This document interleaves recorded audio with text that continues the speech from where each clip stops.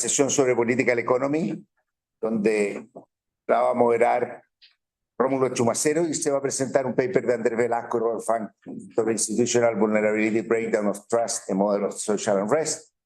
Profesor Chumacero, nuestro moderador, toma ahora control. Thanks. Well, thank you, Sergio. So let's just start. Okay, we have 25 minutes for the presentation, 15 by Pancho Gallego, and then 15 minutes for questions. Okay. Ahí está el discussion. Yeah, everything is settled. Okay. Thank you, Robert. So good morning. Morning. I wanted to thank obviously Professor De Gregorio, Sebastián Edwards. I feel like how do you translate bicho raro as a political scientist and at the Fed, but I'm very happy to be here. This is a paper that also want to thank Pancho Gallego for the comments, which I'm thanking him now so that he'll be nicer later. This is a paper that emerges from a stay that I had at the LSE shortly after the Estallido Social. I talked in the paper about a narrow corridor. The narrow corridor. I was at the LSE in the narrow corridor between the Estallido Social and the pandemic, and at the time I was, thinking about the causes of this Estallido Social, and in a conversation with Andrés Velasco, we ended up being this paper. And the basic premise, how do I move this thing? So the basic premise particularly at the time, was that the traditional explanations for the Estallido Social simply didn't make sense to me. And what those explanations were, of course, at the time, were very much concentrated on inequality, right?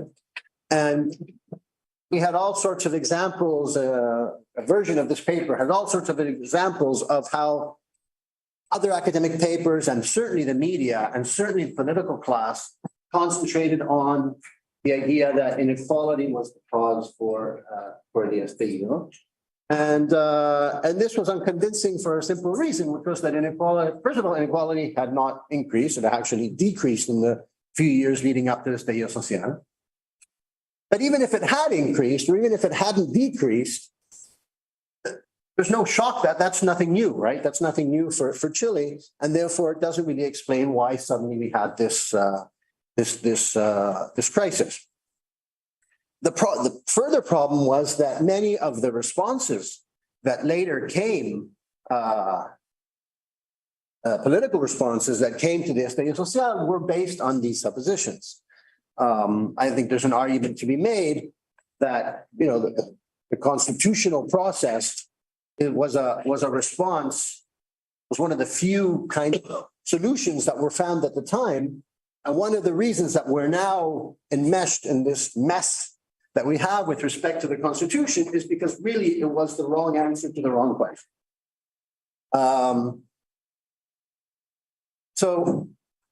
But as I say, and even if those suppositions were true, then there's further questions as to why, if it was inequality, then why suddenly did we have this Estallido Social? Because certainly the 30 pesos seems like a very small reason or cause to explain such a huge crisis. We'll hear it. So in other words, my question is, how do we go from this rainbow to this rainbow? Why did we go from that rainbow to that rainbow? Right? So inequality is not doesn't seem to be the issue. There was an increase clearly in citizen discontent even before the Estallido Social. There were signs all over the place. And certainly a lot of my colleagues, certainly in sort of political science, sociologists, after this, they used to tell me, "See, we told you so, that we knew this was going to come." Well, no one really said it was going to come, but they all said, I saw it, because you did see signs looking backwards that there were all sorts of problems, and particularly with the pen. So, with Velasco, we started thinking about what really were the shocks, what really were to explain such a big shock on the output side, what were the real shocks that one can identify on the input side? And our hypothesis is that I talk about institutional trust. There's an argument that also interpersonal trust is a problem. Was a problem. So, if we think about development as a kind of race between development and trust, I think about the typical exam question in the early 1990s. If you studied Latin American politics, one of the typical exam question was, what are the late 80s, early 90s, what are the chances that another Latin American country could implement market reforms in the way that Chile did, but do so in democracy, right? And if you looked at cases like Argentina or other countries that tried to implement some kind of market reform, you think about Menem and other examples, it was very difficult to do so in democracy, partly because there was this trade-off between frustration and trust. And you trust in the future that we're going to be better off if we put up with these costs now. And so people control their anger, one assumes, as long as they believe that things will be better for them. And in Chile, certainly there was that kind of social contract for a long time, right? The whole idea that sending your children to, going into debt to send your children to some sort of higher education was going to pay off for them. And part of the student protest had to do with the fact that we started realizing that payoff wasn't necessarily coming. The AFP issue is also quite similar, right? People were put up with the AFPs for a long time until they started actually getting their pensions and saying, oh, maybe this is not really the promise that was made.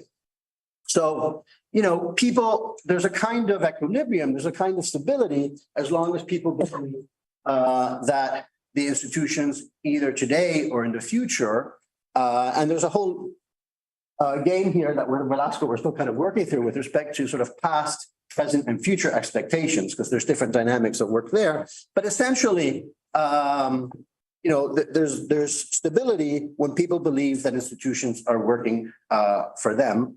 And if they're not working now, maybe the payoff will come for their children. If that trust collapses for whatever reason, then there's some sort of frustration that can actually get out of hand. And there's evidence that was the case in Chile. If you look at institutional trust, you see a drop more or less around 2010, 11, 12. And so there's a first indication that, the first disturbance in the force, right? That might indicate that over the course of the 2010s, between roughly 2009, 2019, things started changing. If we dig a little deeper, we find that, if you look at the typical set poll of institutional trust, trust in Congress is always low. And even in the United States and in other places, trust in Congress is always quite low. Trust in institutional parties tends to be fairly low. But even in the context of Latin America, in Chile, it's fairly low. Interpersonal trust in Latin America is not, Chile, with respect to the rest of Latin America, is not terrible. But if you look at the OECD, Chile is, I always joke that one of the worst things that we did, and maybe there's people in this room that were involved in this process, it was join the OECD, because we went from being we went from being the best, the Jaguars, and we were comparing ourselves with Latin America. And then suddenly we were comparing ourselves with Norway, and suddenly we were always at the bottom of the list with Turkey and Mexico and so on. So, but there is an issue there with respect to interpersonal trust. And we see a slight change also in this period, right? We see a slight, not a huge worsening, but a slight worsening in the 2009 period. So, is this fair? Are we being just very Chilean and sort of negative about everything, or are we right to be suspicious of each other? On one hand, we find that the quality of our institutions, at least according to these World Bank indicators, that the quality of institutions between 2013 and 2019, which is kind of 2 points in this decade that we're talking about, did not, it decreased slightly, but again, doesn't really explain this disturbance in the force.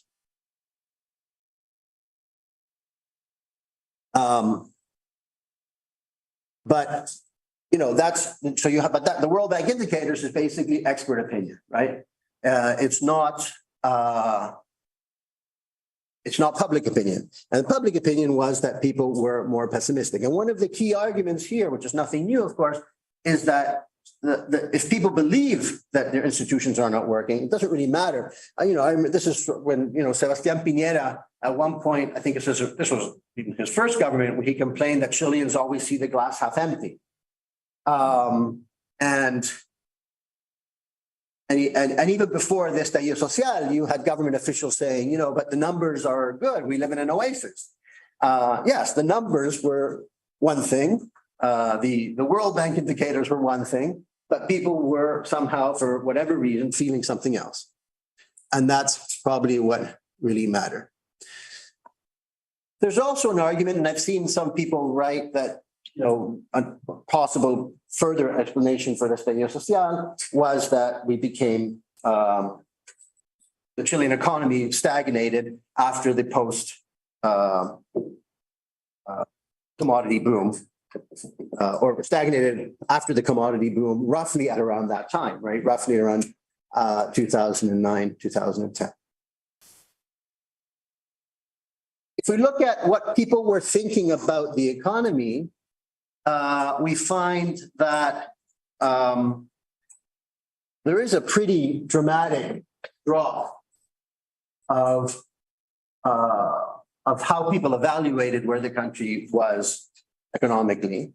Interestingly, actually, and this was not in the paper because it came out 2 weeks ago, the SEP poll, is that there's been an improvement in that respect.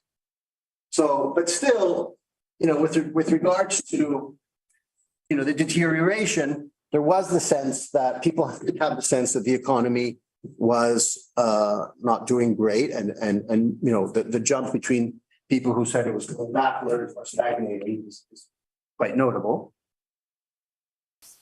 But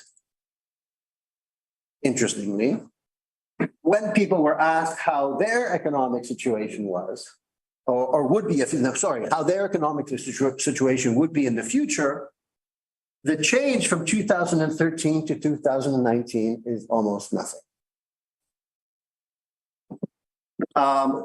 Again, it's very, it's hard to say that that stagnation or that the economic variable really does much to explain this estallido social. I think it's an element, but it's not really the disturbance in the force.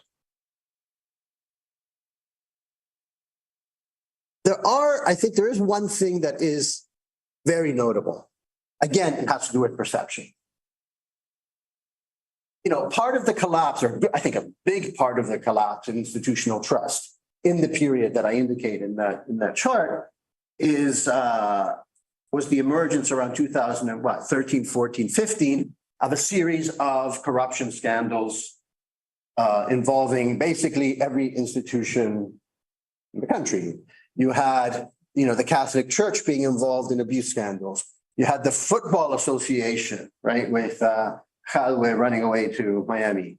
You had the political party financing scandals.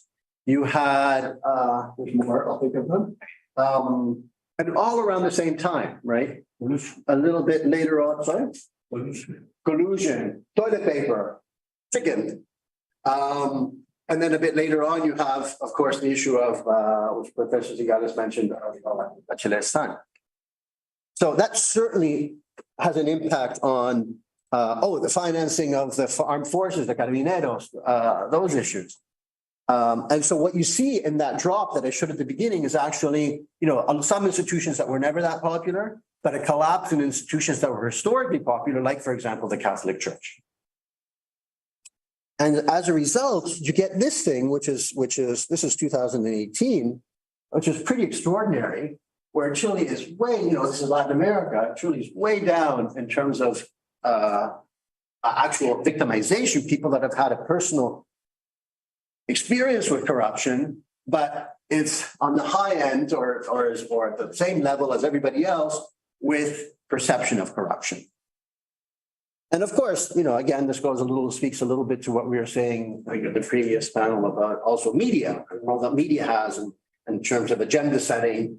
If you're being fed all the time that this is an issue, in another paper there was a funny, an interesting point, which was. If you ask Chileans what the main problem facing the typical question, what are the main problems facing the country? Shortly before the Estallido Social, or for the one or two or three polls before the Estallido Social, it was immigration. Because the papers were full of them talking about immigration. For the 2 or 3 polls after the Estallido Social, it was, okay, perfect. It was, inequality, the Constitution, suddenly immigration dropped way down. It was basically, agenda setting. So, but this is really interesting, and this is obviously going to have an impact in institutional trust. And here we get to our model. I'm not going to go too much into the model, which is basically sort of Velasco's contribution. But what the interesting thing about I think what Velasco's real contribution and how we worked, together on this was that when we talked about, so the question really was, how does this institutional collapse work its way through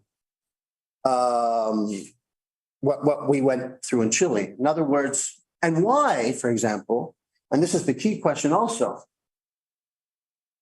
why do some countries encounter crises and not necessarily end up with an estallido social? And why did Chile, which presumably we all thought we were Norway, right? We were OECD, we weren't going to have these tanks on the street again. Why Chile had such a hard time with these shocks? So we know that people trust institutions if they feel that they're effective, if they feel that they're responsive, but we also know that the effectiveness of institutions depends on that trust. So there's a complementarity. And a good example is banks, of course, right? If other people don't trust the banks, I might not trust the bank and I might have my money in a mattress. If other people don't trust the banks, then suddenly you start getting a kind of a run, right? If other people, it's the same thing with masks. Masks only work if everybody believes that masks work. And if I believe that masks work and I'm in the subway wearing a mask and nobody else is wearing a mask, which is kind of the American model, it's not really going to do much. And so if we all believe that the institutions are ineffective, we are very likely to get ineffective institutions. And for a period, it looks like Chile entered into this. We might still be there. I think there's a final part to this paper, which I think we don't talk about, which is worth considering, which is whether we've actually moved past this crisis of this disturbance in the forest. I think that's an interesting question, especially after last September 4th.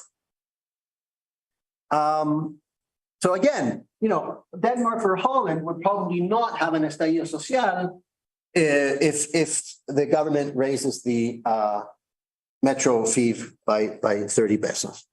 So part of the issue has to do also with initial conditions. We thought our institutions were much stronger than we were. And again, I'm not going to get into hugely, but essentially this is of course the as Morgan Robinson's narrow corridor, which is essentially a kind of equilibrium between society, between state and society, right? Which if you maintain this equilibrium, you kind of get into a nice free society. And if you deviate from either you deviate from the path or from the corridor, you either get a sort of anarchy or an authoritarian state.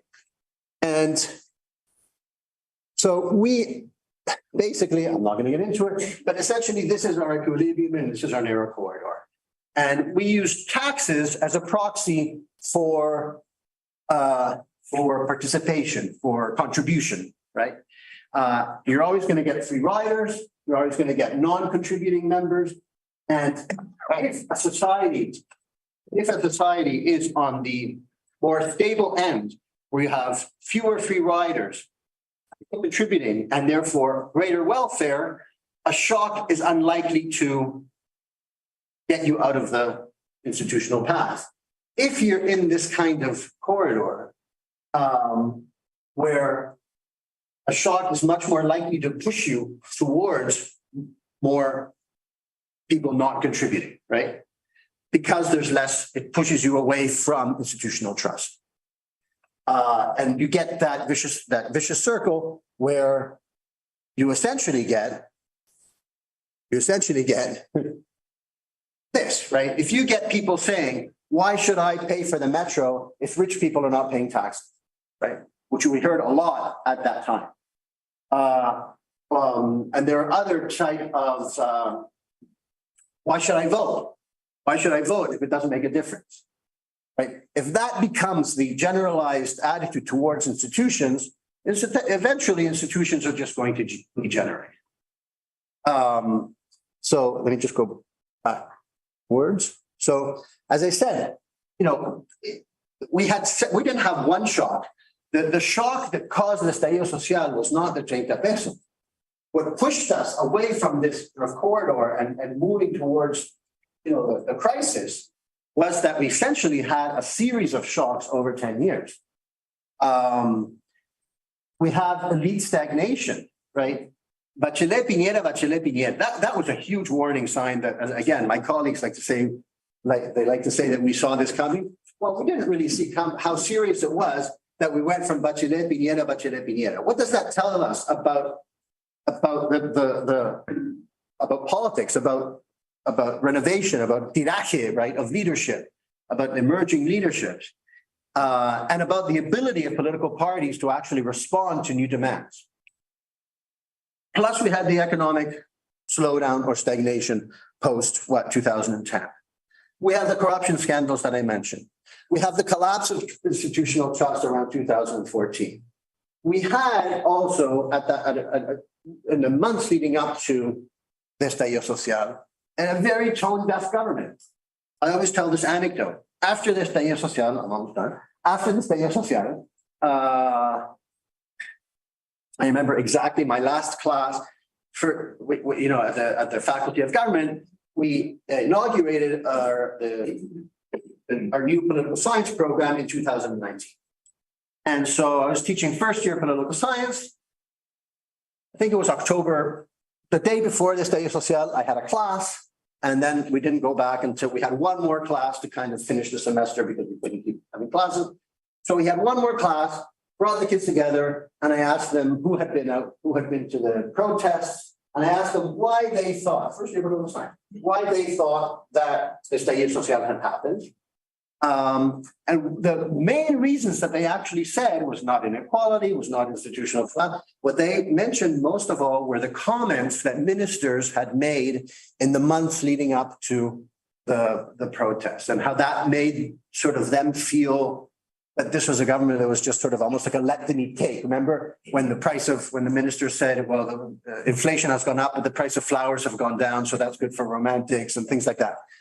So a tone-deaf government, and of course, then you have the data.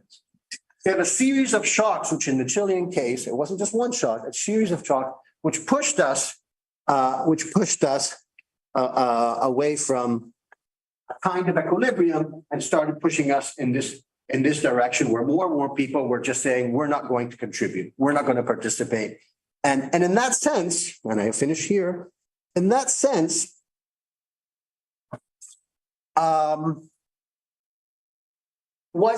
is a new constitution the proper answer to the problem, right? If it's inequality, it's arguable that if the real problem was inequality, it's debatable whether a constitution is the real solution to inequality. I can see how you can make that argument in terms of welfare and social policy and so on. But if it's institutional collapse, if it's just the idea that every institution is tainted, corrupt, ineffectual, not helping me, and so on, then actually maybe the new constitution makes more sense. Of course, it depends on what the constitution you then come up with, but that's a different paper. But what we certainly need, and I think this is also why these two constitutional processes have not helped, is because there's a previous step which has to do with the lack of trust and the institutional crisis that we had, which was kind of the social contract, right? And this goes back to these authors, right? The kind of the social foundations that the social contract, the agreement that we make as a society, which is actually previous. There's an argument. I remember having this discussion with Cristo Delorio, and he said, no, the constitutional process is that social contract process. And I thought, no, I think it actually should come first. So somewhere there, it was clear that that's where we failed. It's clear that that's what we need to reconstruct. And it's clear that that has to do with this kind of collapse over 10 years of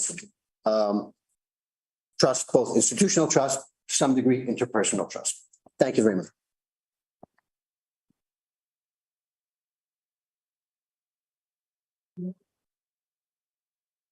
Thank you.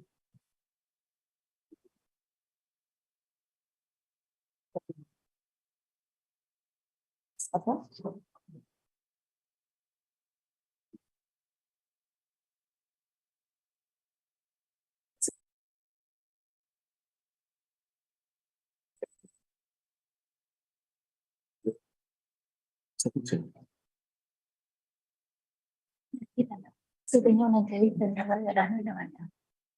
Que llegué hace por menos de 10 minutos. Ya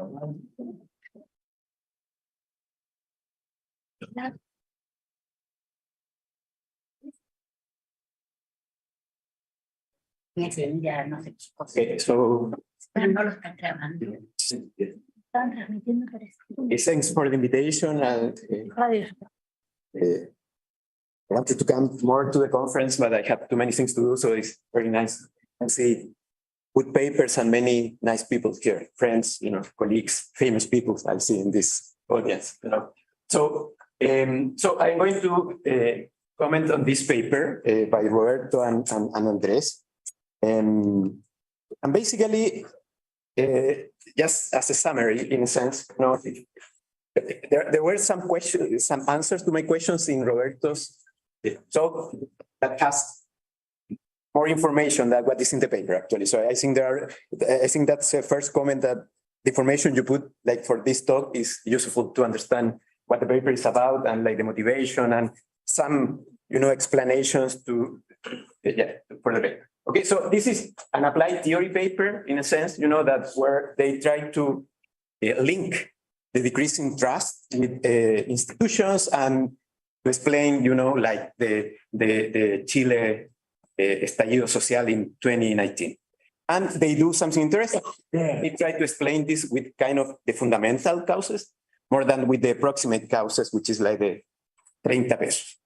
And the motivation is related to a secular decrease in trust, as Roberto mentioned, and something that he mentioned, and it is in the paper, but it's not that much to the model, which is this decoupling between like perceptions and objective measures of like quality, institutional quality and things like that. And in the model, basically, it's a very simple model that where people have to contribute to a public good or to pay taxes to get some public goods, And there are like two key parameters. One, which is like the quality of institutions. If you are in this interaction, strategic interaction, and if the quality of institutions, increase, you are more willing to contribute. And there is another parameter which is called beta, which is like the free riding parameter. How easy is, to get like the public good without, contributing. And they try to match this idea of contribution to public goods with, civil behavior, whatever, and not, destroying stuff, and in a situation, in riots, etc. And the main results is that, like as Roberto said, small perturbations. So there is like multiple equilibria, things like that. It's a very simple model. And basically small perturbations can explain something which is important, which is can explain locally what happens in the sense that, you might change, a small decrease of trust can explain what happens, and if there is a decrease in trust, which is like the kind of the expectation that other people are going to contribute to this public good gain. If there is a small decrease, in trust, you might get jumped to a different equilibrium. That's basically the idea, the figures that Roberto showed. So there is dynamics, and as I said, the model can explain locally in a sense that they see something in reality and they put the model and they say, well, there is a decrease in trust, and therefore, even a small decrease in trust might change the dynamics from one equilibrium to another. That's basically like the idea of my comments. Two caveats. I am like a JPAL person, and this is a lot of speculation, so causality and things like that, so I try to speculate a little bit, but it's not where I play, basically, in person. And second, even though I like simple models, a la Tirol, which is, this model is something like that. Just give me a very simple model, try to pin down like a couple of key parameters, go to the evidence and then you conclude that the model makes sense and can help you to kind of understand something that without the model is not easy to understand. Something, okay? Okay, so I have like 3 comments. Group of comments, and Romulo, you have to stop me. First, something about the relevant literature. Second, something about, is this just Chile, or maybe this is more general, and therefore the explanations that we could provide other explanations, or maybe what Roberto and Andres are explaining for Chile, and the model is not just about Chile, maybe it's more general. In that sense, we could be more ambitious.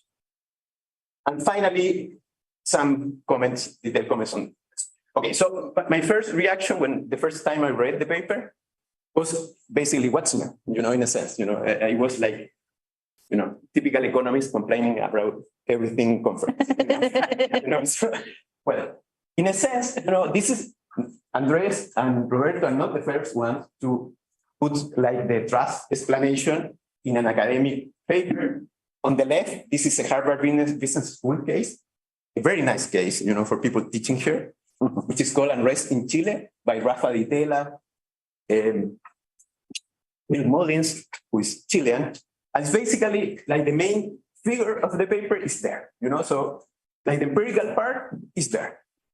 Second, the model is like an exercise. I remember like 20 years ago, my first game theory class, it's basically that's the model, Problem set, you have to solve something, and say, well, under which conditions, you can do stuff. So you have like, it's not new, like the empirical stuff, it's not new, the model, but what is new is the combination of the two things. And I think that you have a lot of material to do much more to what you do now, okay? And that's my constructive.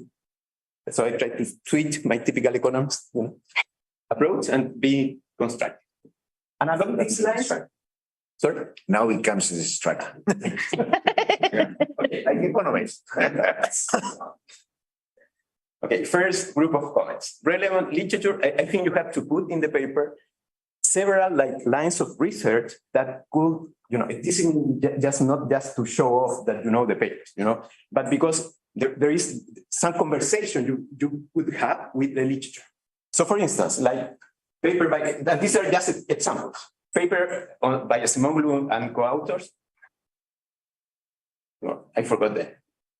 And in that quote, basically, is the story of your paper.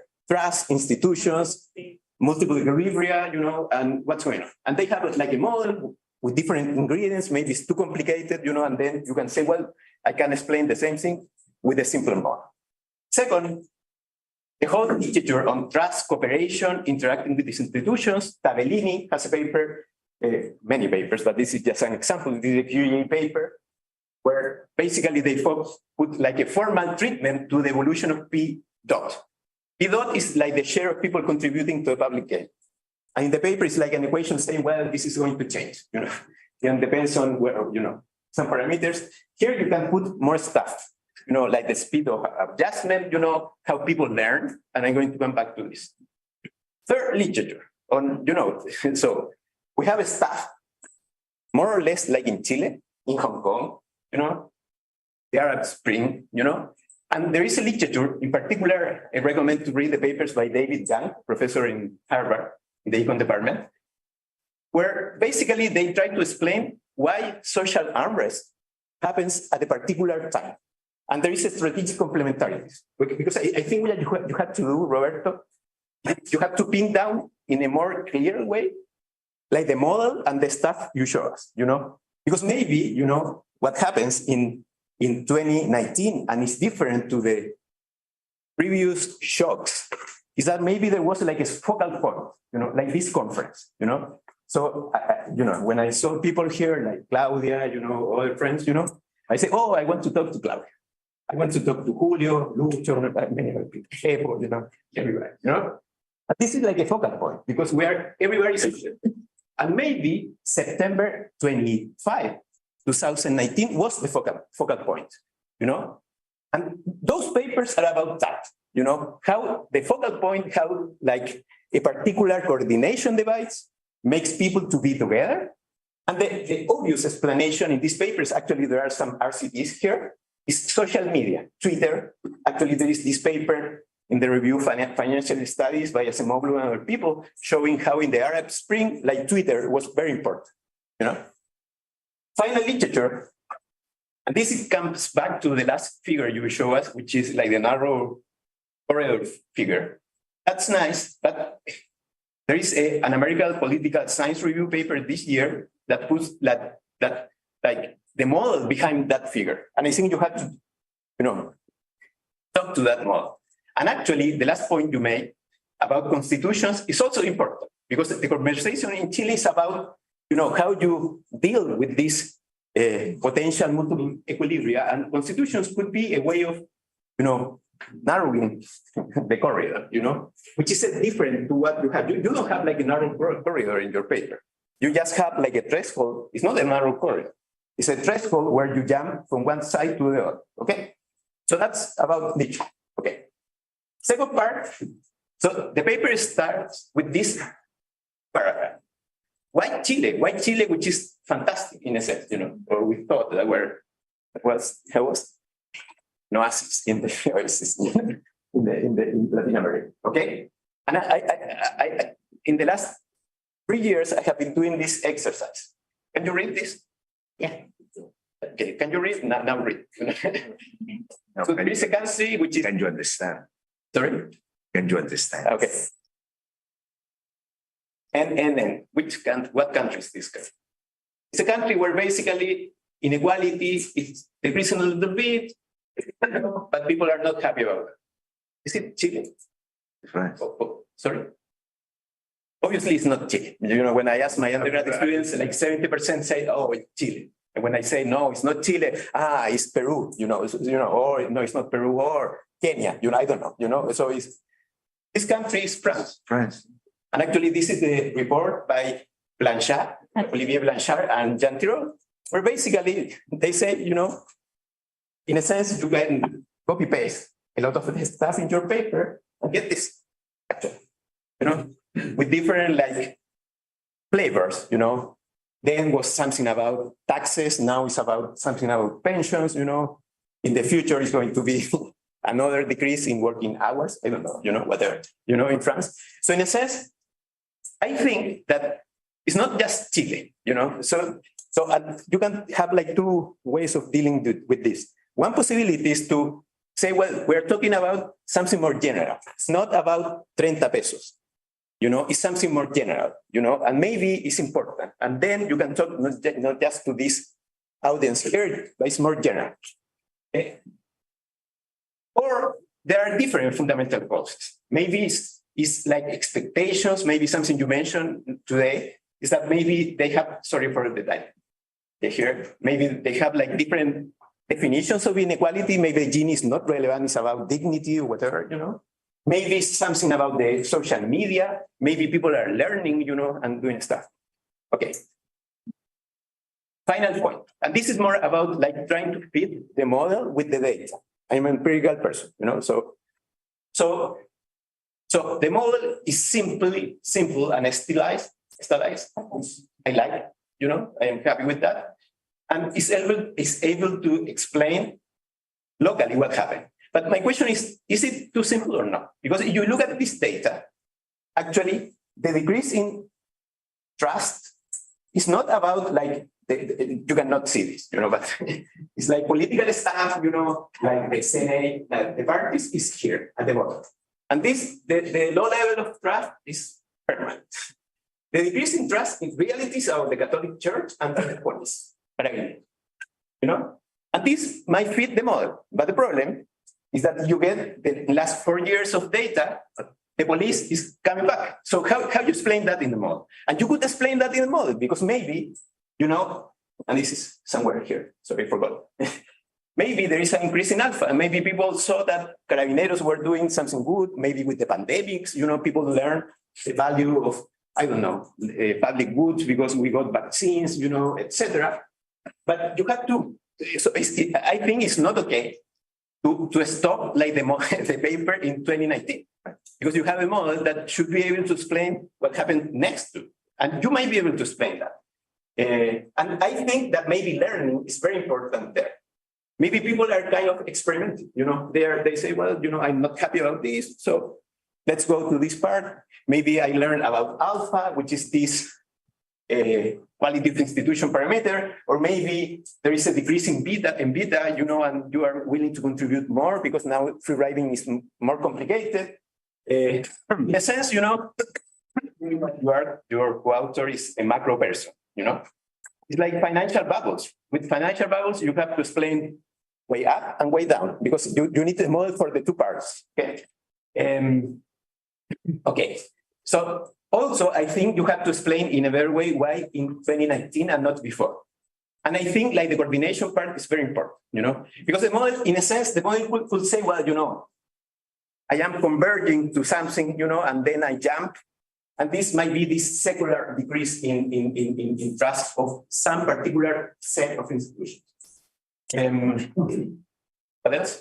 I don't have more time, you know. Maybe there is, so I just wanted to mention two things. Maybe there is something different, you know, and the narrative of the paper might need to change, not necessarily the model, and maybe it's about social cohesion, you know, maybe it's about local institutions, just to finish, like some data from the SEP survey, where people don't trust, you know, basically just the consultorio, the local clinic, you know, and this might be related to the vaccination, etc. But the other, like local institutions, people don't trust, you know, and maybe this is what like the sand you put like in the wheels, you know, to stop bad stuff. So that and finally growth that you mentioned a little bit. I don't think like the growth explanation explains it, you know. But some people claim that this is important, you know. Might be important just for 2019 again. So it's like a local explanation, but it's hard for me to understand the whole evolution of trust and institutional trust with just the growth explanation.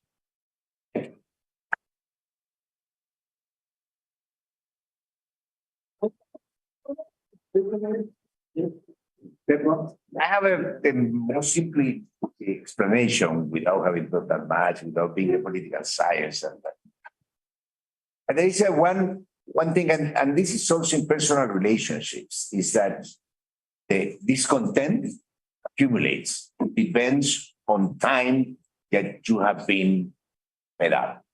So this is, many times we have had some discussion with somebody and they explode and they say, well, because, and then the discussion is about what's happened 3-4 years ago. Marriage. And that's okay. I said in general with friends, kids, whatever. So I think that has something. So kind of there is a threshold in France, perhaps, and we can try to understand what determines the threshold. It's a complementary story because I like a lot the issue of trust. All of that is part of the accumulation and then the explosion. It's not that Karen has a lot of experience in a marriage context, but all of you laugh. The marriage was. Vale, hablaré en castellano. Espectacular o sea, me encantó y encuentro un aporte increíble, así que felicitaciones y trabajo espectacular y me sumo a los comentarios de Francisco. Creo que lo que hacen es súper interesante porque mezclan la percepción subjetiva, la pérdida de confianza en las instituciones y un factor acumulativo que venía siendo denunciado por informes del PNUD hace mucho tiempo, tú te acordarás. Por lo tanto, es lo que dice un poco también José, o sea, hay un tema de factor acumulativo. Y por otro lado, lo que sí, yo haría creo que un aporte, digamos, creo que la percepción de la desigualdad, aunque no sea compartida por la gran mayoría, hay un estancamiento de la desigualdad, ¿no? de 50 años. ¿No? La última medición del 69, con los datos de la encuesta de ocupación de Gran Santiago, hablan de un 0,47, 0,48 de Gini, que es el mismo del 2017. Claro, en los últimos 10 años hay una caída, pero si lo comparamos con los 50 años anteriores, estamos estancados. O sea, aunque la gente no lo tenga claro, está ahí. O sea, es un tema. Es un tema. Quizás no se suma a la percepción de la rabieta, del descontento, pero está ahí. Ojo con eso. Y yo lo que tomaría también el lugar especial que ocupan algunos precios, que no tienen un peso cuantitativo, sino que más bien simbólico, como por ejemplo los precios de algunos bienes como el transporte. Fíjate, fechas como esta, 1949, Revolución de la Chaucha. Se toman las calles los trabajadores, los jóvenes. Abril del 57, 30, 50 muertos. De nuevo, el transporte. Entonces, aunque haya subido un peso el transporte del año 57, genera una reacción en cadena impresionante. ¿Por qué se da el transporte? Porque el transporte de alguna manera viene a ser aquel espacio público simbólico que actúa como vitrina y como vaso comunicante entre las frustraciones acumuladas, que muy bien señala, y lo que de alguna manera está planteando Francisco. O sea, yo encuentro que el puente que está planteando Francisco me parece excelente. Entonces yo metería más mano a esos precios, que no son todos, sino que son algunos precios que tienen un carácter que es simbólico, porque hacen de catalizador, es decir, de reactivo a un conjunto de situaciones que ya están acumuladas y que vienen como a dar una válvula de salida. Y lo otro, el rol que ocupan especialmente los espacios públicos de la modernidad, pensando en la Plaza de la Revolución en adelante, ¿ya? Como tú decías, la calle.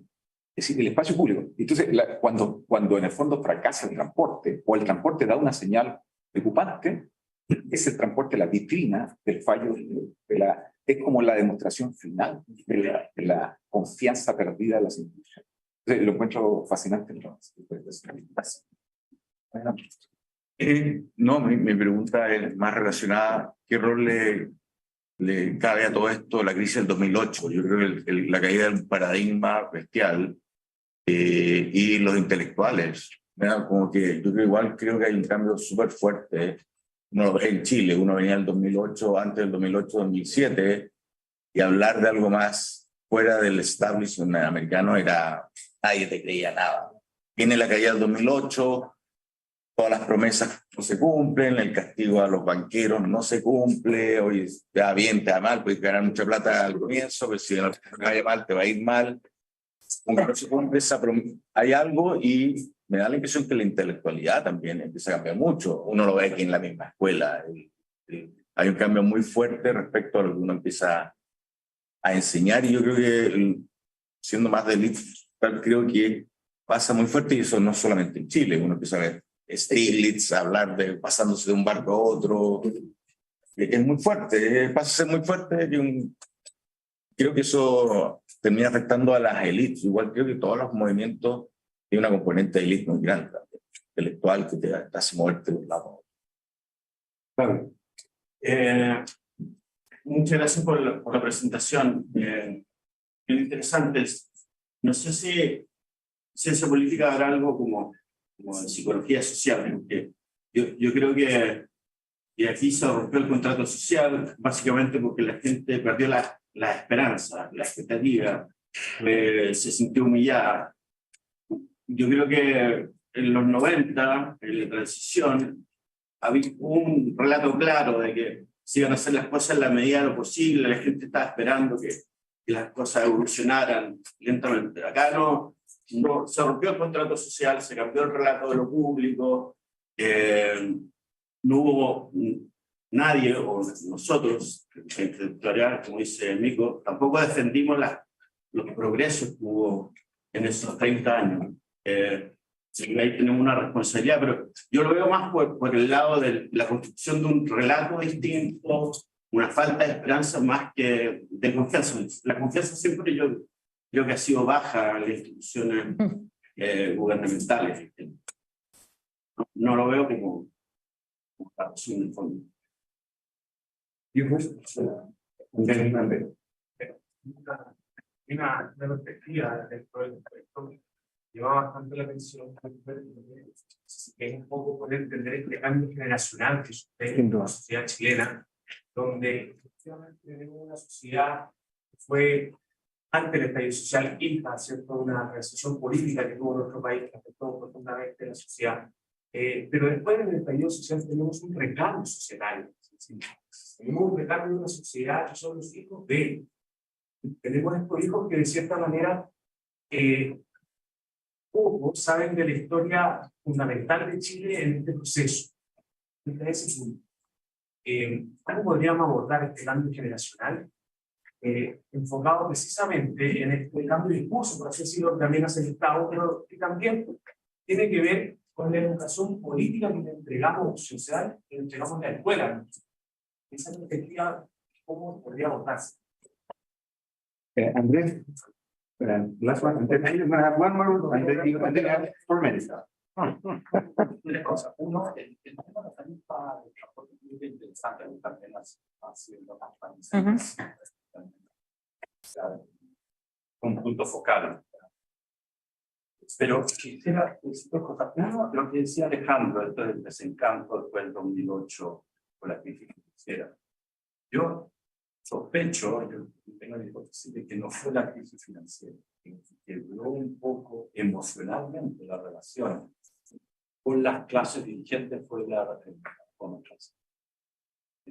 Ahí Eso es lo que... un quiebre en que la gente decía, ¿por qué me hacen esto a mí? ¿Cierto? Entonces ahí comenzó un trust de las clases dirigentes. Momento definitorio. Y la otra cosa es qué rol puede jugar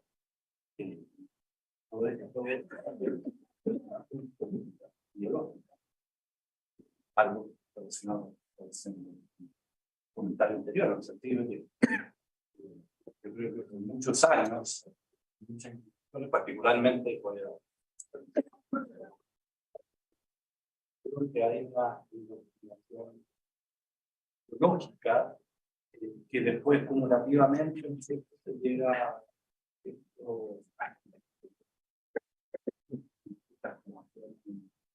sistémico.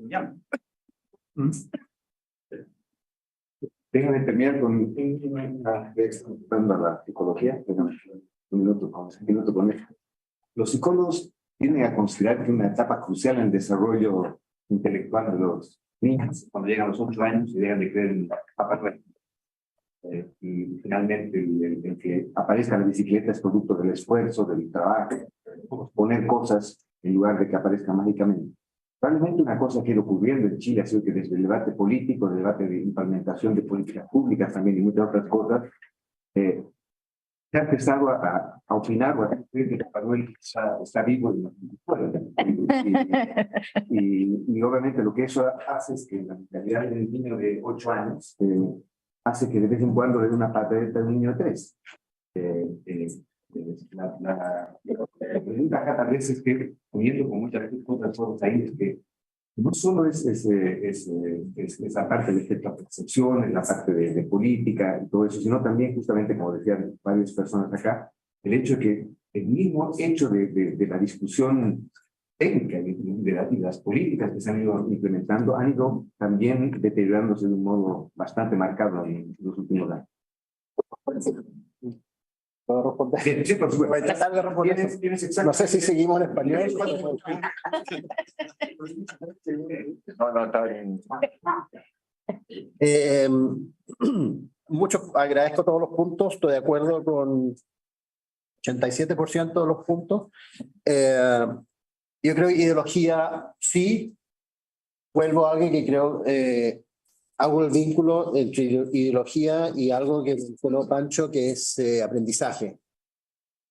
De hecho, hice mi tesis doctoral sobre aprendizaje político y las lecciones que aprendió la generación del 73, a propósito de lo que hablábamos con Sebastián ayer en la mañana, las lecciones que aprendió esa generación se perdieron. Y como dijo alguien, creo, no supimos defender, no supimos transmitir esas lecciones y no supimos defenderla. Entonces, cuando se decía que son 30 años, por alguna razón que yo creo que todavía tenemos que entender mejor, no fuimos capaces de decir, no, pero oye, los 30 años, pero también vuelvo a mucho lo que presenté, porque defender los 30 años es tomar los gráficos y decir, no, los 30 años fueron espectaculares, pero la persona que siente que Transantiago, que los 30 pesos, que se siente defraudado por el sistema de educación superior, porque se endeudó y ahora trabaja, sacó un título en turismo patagónico en una universidad de Pucón, y resulta que no encuentra pega.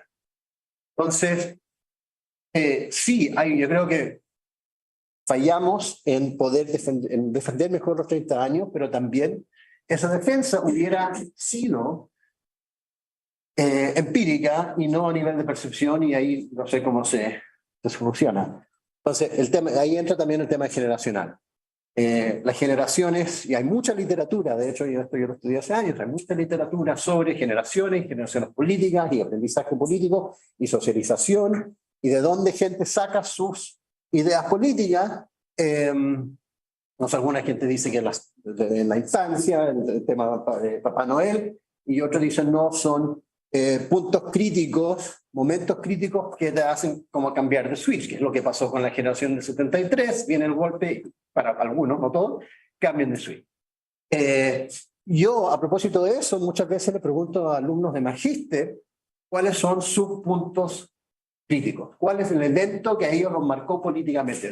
Ha sido tan interesante, debería ser un paper solamente, porque cuando empecé preguntando la pregunta, hace, no sé, 15, 20 años, decían el plebiscito. Después, un poco más tarde, era la elección de Bachelet. Después, un poco más tarde, era la marcha del movimiento estudiantil. Y estoy seguro que si yo lo pregunto hoy día, dirían el estallido social. Que eso es el momento como formativo en su outlook político. Y bueno, pero si esos son los momentos formativos en su outlook político, es evidente que van a tener, entre la persona que tiene que es mi generación, básicamente, que tiene el plebiscito como su momento formativo, y la persona que tiene el estallido social, van a hacer cosas muy distintas. Entonces eso combina varias respuestas respecto de ideología, aprendizaje, psicología, que alguien mencionó.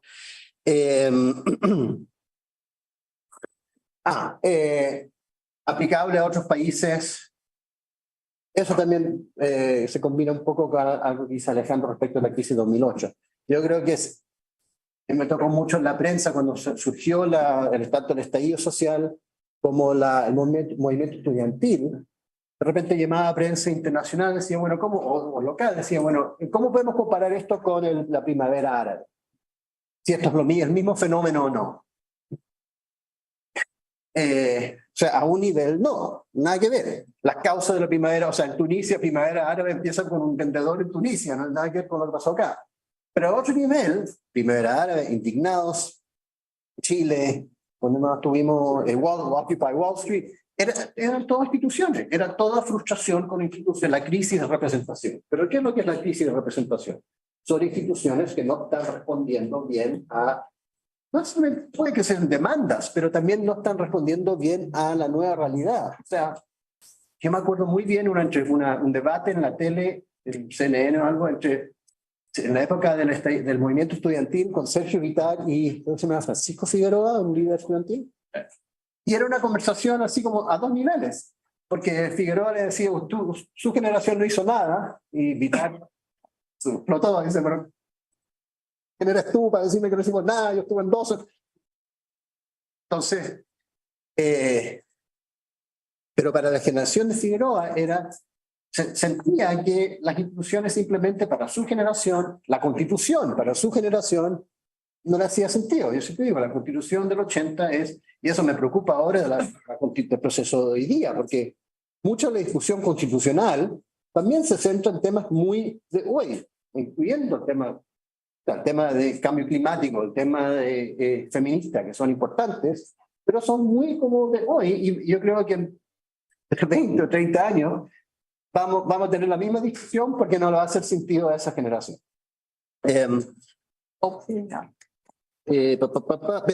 Pero respecto, entonces eso también dice relación con si es aplicable a otros países.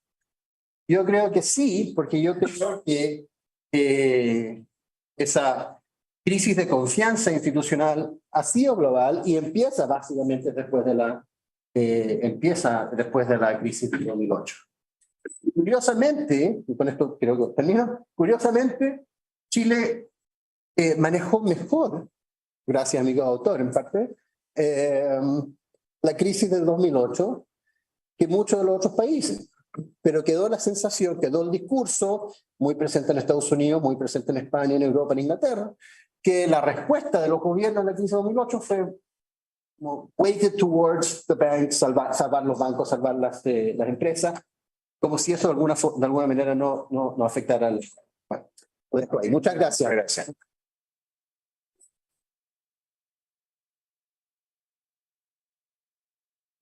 Coffee break de 10 minutos nada más para estar en la... Para volver a Quito. Estuvo bien interesante, muy interesante. Los que defendimos los 30 años pagamos costos políticos caros.